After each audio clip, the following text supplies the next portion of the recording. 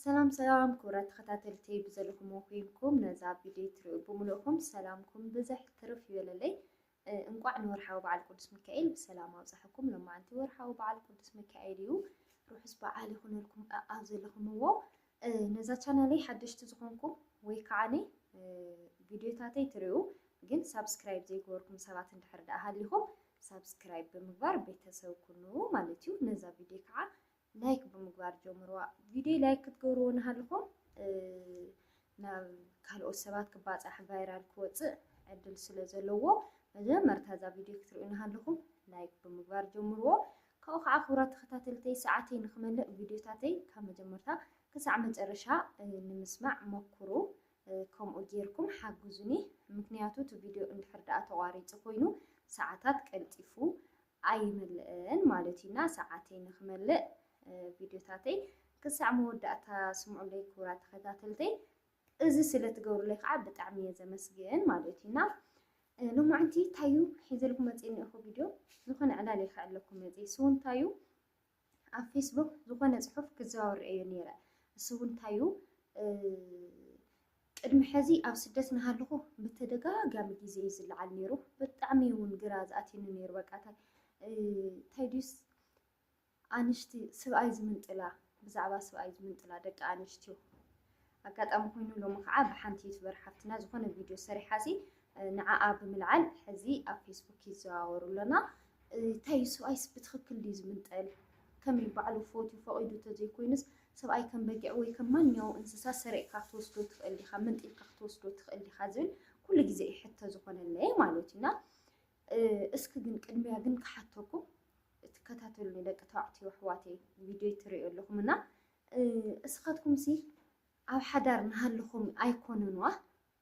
حدار بدفومو أو حدارنا تيتولو واحيسكم نهالكم أيقونوا جن سينج نهالكم من هوت زيولكم نهالكم بتشينيا نهالكم أمرج نهالكم مناورتكم قال مرات نهالكم سي حنتو قال جن الساس لزدي ليتكا لساناتا كتجبرك سلزدي ليتسي كيف وتقع بحيلس ناتا كتجبرك تخليها كتمنت لك كاستخ اللي كتمنت قلت تخلوا لكم سكي أكم ينتحف لي كيف وتكم كيف وقتكم ويزخنا نهب أزغر مخنيات تزي هاليكم سي بزي مخنياتس بقى نساس لزدلي ترحس ناتاخت جوركم تخلوا أوكم ينتحف لي أنا تيحس مسيلكم ما نمود تاعتي بزي منم مخنيات وي بزي منم دلي حانتو قوالا نستيتي ناتاخت جورو أي تخلني لذا حسي مالتيو سؤال من طلب بلاس ناتاخت جورس أي تخيلن ويكتوسدو أي تخيلن يلي إذا حسه مالتي إنه أحواتي معري كم زعينة أمل خاختها زلكن بفلايك عني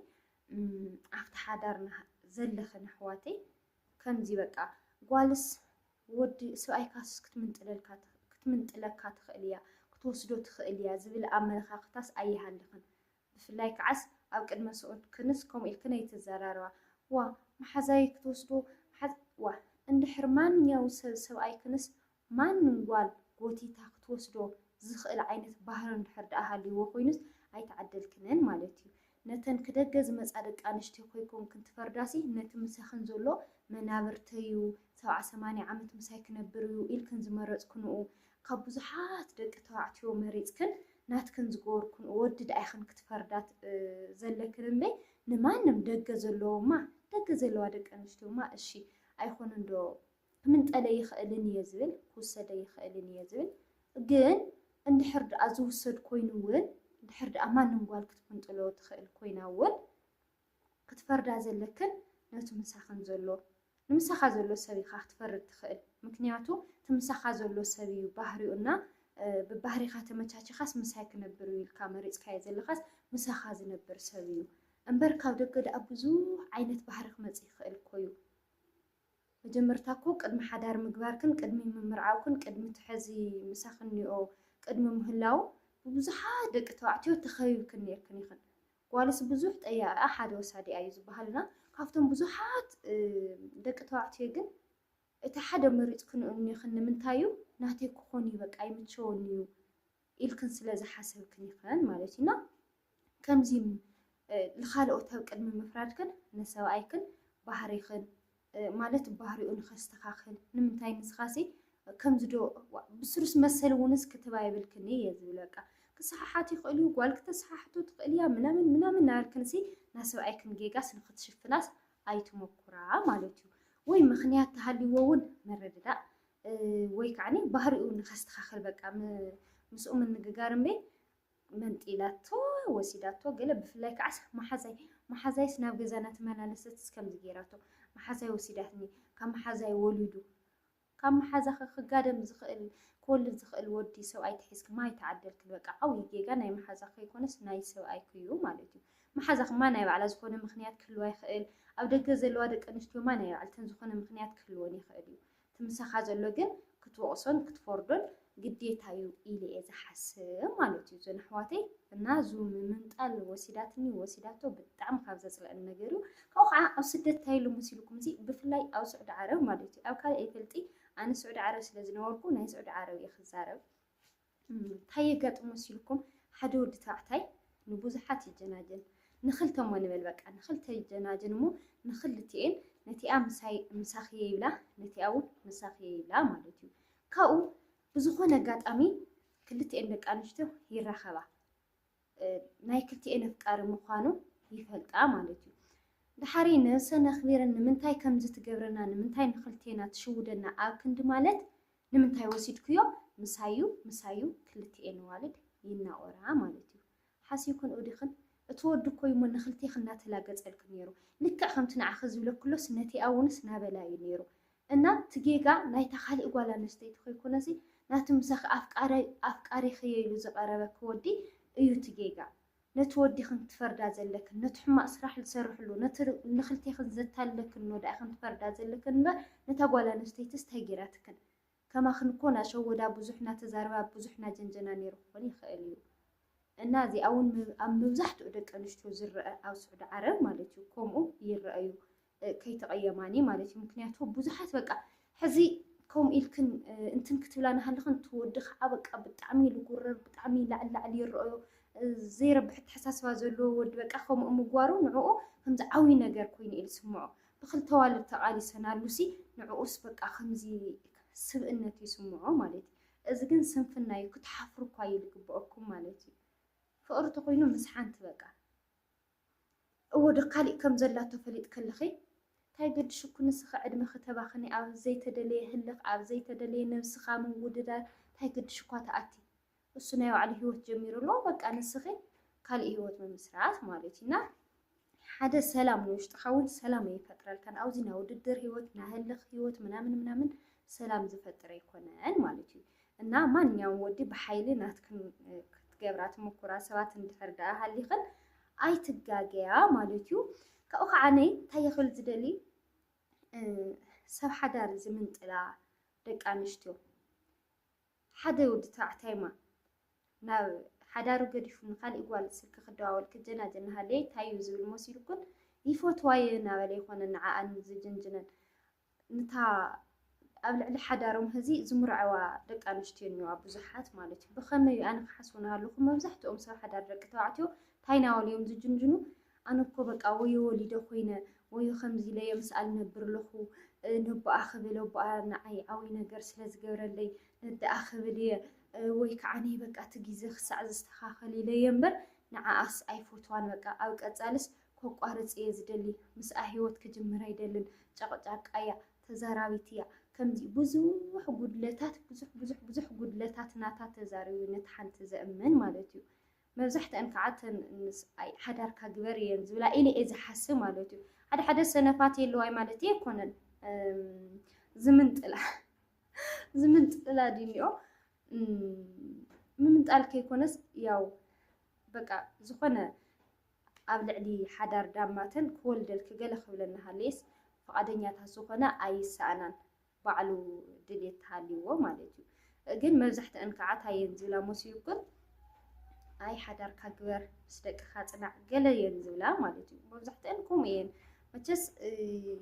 ናታ ሂወት 3-4 ወይ 2 ብቻ ወሊዱላ ናሃለየስ ናባይ መፅኡ ፅቡቅ ክገብረሉ ኢላ ኣይትሓስብን ዝኾነ ምክንያት ስለ ዘዕልላ ዳ እያ ንክትኣምን ትግደድ እምበር ማለት ኢና ግድን መንጢለን ግድን ናተን ክገብራ ደልየን ከኣይኮናን ብዙሓት ደቂ ኣንስትዮ ኣብ ልዕሊ ሓዳር ኮሚታት ዝፍጠር ኢለ እየ ዝሓስብ ካብኡ ከዓ እንታዩ ሓደ ግዜ ንደቂ ተባዕትዮ ኣሕዋተይ ኣብ ሓዳርኩም ዘለኹም ክብለኩም ዝደሊ ሓንቲ እታ ምሳኹም ዘላ ጓል ኣንስተይቲ ብዙሕ ዓመታት ምሳኹም ተቐሚጣ ክትኮን ትኽእል እያ ከም ነብሳሪኣትካ ክትኮን ትኽእል እያ ምንም ተገዳስነት ዘይብላ ወይ ከዓኒ ዝኾነ ጉድለታት ክህልናሃለየ ትጨቃጨቕ ወይ ዘይተደለየ ባህሪ ክተርእየካ ትኽእል እያ በዓልቲ ቤትካ ማለት እዩ ንስኻ ዘይትደልዮ ነገራት ክተርእየካ ትኽእል እያ ካብ ደገ ዘላ ጓል ኣንስተይቲ ከዓ ጎይታይ ማዓረይ ምግቢ ድዩ በቃ ክንክን ድዩ ግደፎ ብዙሕ ነገር ንዓኻ ፅቡቕ ነገራት ትገብረልካ ትኽእል እያ ማለት እዩ ካብ ገዛ ዘላ ደቅኻ ገዲፍካ ነታ ደገ ግዝያዊ ዝኾነ ነገር ርኢኻ እንድሕር ከይድካ ግን እስኪ ታደገ ዘላሲ ክንድታ ምስ ታብ ገዛ ዘላ ዝነበርካዮ ዓመታት ነይራስ ከምኡ ኢላ ድያ ትባህራስ ክተቐፅሎ ድያ ኣይተቐፅሎይስ እርግጠኛ ክትኮን ኣለካ ማለት እዩ ምክንያቱ መጀመርታ ክትፋለጥ ንሃለኻ ትቀራረብ ንሃለኻ የሌለ ክብሪ የሌለ ብዙሕ ነገራት ኢኻ ትረአ ድሓሪ ግን ብሓንሳብና ነበርካ ክትከድ ንሃለኻ በቃ ከምዚ ሓደ ኣካል ኮይንካ እንትን ስለትብል ተገዳስነት ዘይክህሊ ይኽእል መጀመርታ ዘናእ ነይራ ክትኮን ትኽእል ድሓር ግን ናተይ ኢላ ምስ ሓሰበት ምንም በቃ ሎምሽ ከም ኬፋም ክትኮን ትኽእል እያ ኣብቲ ገዛ ማለት እዩ እናተኽኢልካ ሰበይትኻ ንምስትኽኻል ኣብ ገዛ ዘሎ ጉድለታት ንምስትኽኻል ዳኣ ሞክሩ እምበይ ኣብታ ግዝያዊ ነገራት ተርእየካ ሰበይቲ ተዘይትኸድና ተዘይትመርፅ እየ ዝብል ካብኡ ከዓ ደቂ ኣንስትዮ ኣሕዋተይ ኣብ ሰብኣየይ ከደ ሰብኣየይ ተመንጠለካ ክትብላ ማለት እዩ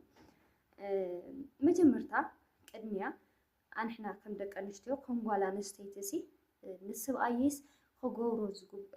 ክገብረሉ ዝግበአኒ ነገርስ ይገብረሉ ኣለኹ ድየ ኣነ ክገብሮ ዝግበአኒ ነገራት ይኽብረሉ ክእል ብቻ ሓንቲ ሰበይቲ ክትገብሮ ዝግበኣ ነገርስ ይገብር ኣለኹ ድየ ኢልካ ምሕሳብ ኣገዳሲ ነገር እዩ ማለት እዩ በርግጥ ሓንቲ ጓል ምንም ዘይጉደለትሉ ናሃለየ ኩሉ ሙሉእ ናሃለየ ካብ መልክዕ ይጎደላ ካብ ውሕልና ይጎደላ ካብ ኣተሓሳስባ ይጎደላ ካብ ፅሬት ይጎደላ ካብ ምንም ነገር ዘይጎደላ ግን ኣመል ዘይብሎም ማለት ናይ ሙዛር ኣመል ዘለዎም ሰባት ኣለዉ እዮም ግን ምናልባት ባዕልኻ ምፍታሽ ኣነ ኸ እንታይ የጉድለሉ ኣለኹ ኣነ ኸ ከምኡ ገለታት ኢልካ ባዕልኻ ምግምጋም ፅቡቕ እዩ እየ ዝብል ተመንጢላትኒ ወሲዳትኒ ገለታት ዝብል ነገር ግን ኣይኣምኑሉን ከምኡ ዝበለ ኣተሓሳስባ ኣይሃልኽን ሰብኣይክን ኣፍቃሪኽን ባዕሉ እንድሕር ደኣ ዘይኣሚኑሉስ ማንም ሰብስ ጎቲቱስ ክወስዶ ይኽእልን ማለት እዩ ፀኒሕና መይፈልጥን ዋላ ባህልና ቀደም እኳ ሓንቲ ሰበይቲ ሓንቲ ጓል ኣንስተይቲ ትድፈር ነይራ ትጥለፍ ነይራ ብሓይሊ ምናምን የጋጥም እንተ ወዲ ተባዕታይ ግን ጓል ኣንስተይትስ ሓይሊ ረኺባ ድያ ብሓይሊ ጎቲታ ወሲዳቶ እዚ ፍፅም ዘይስማዕማዕሉ ነገር እዩና ዘናሓተይ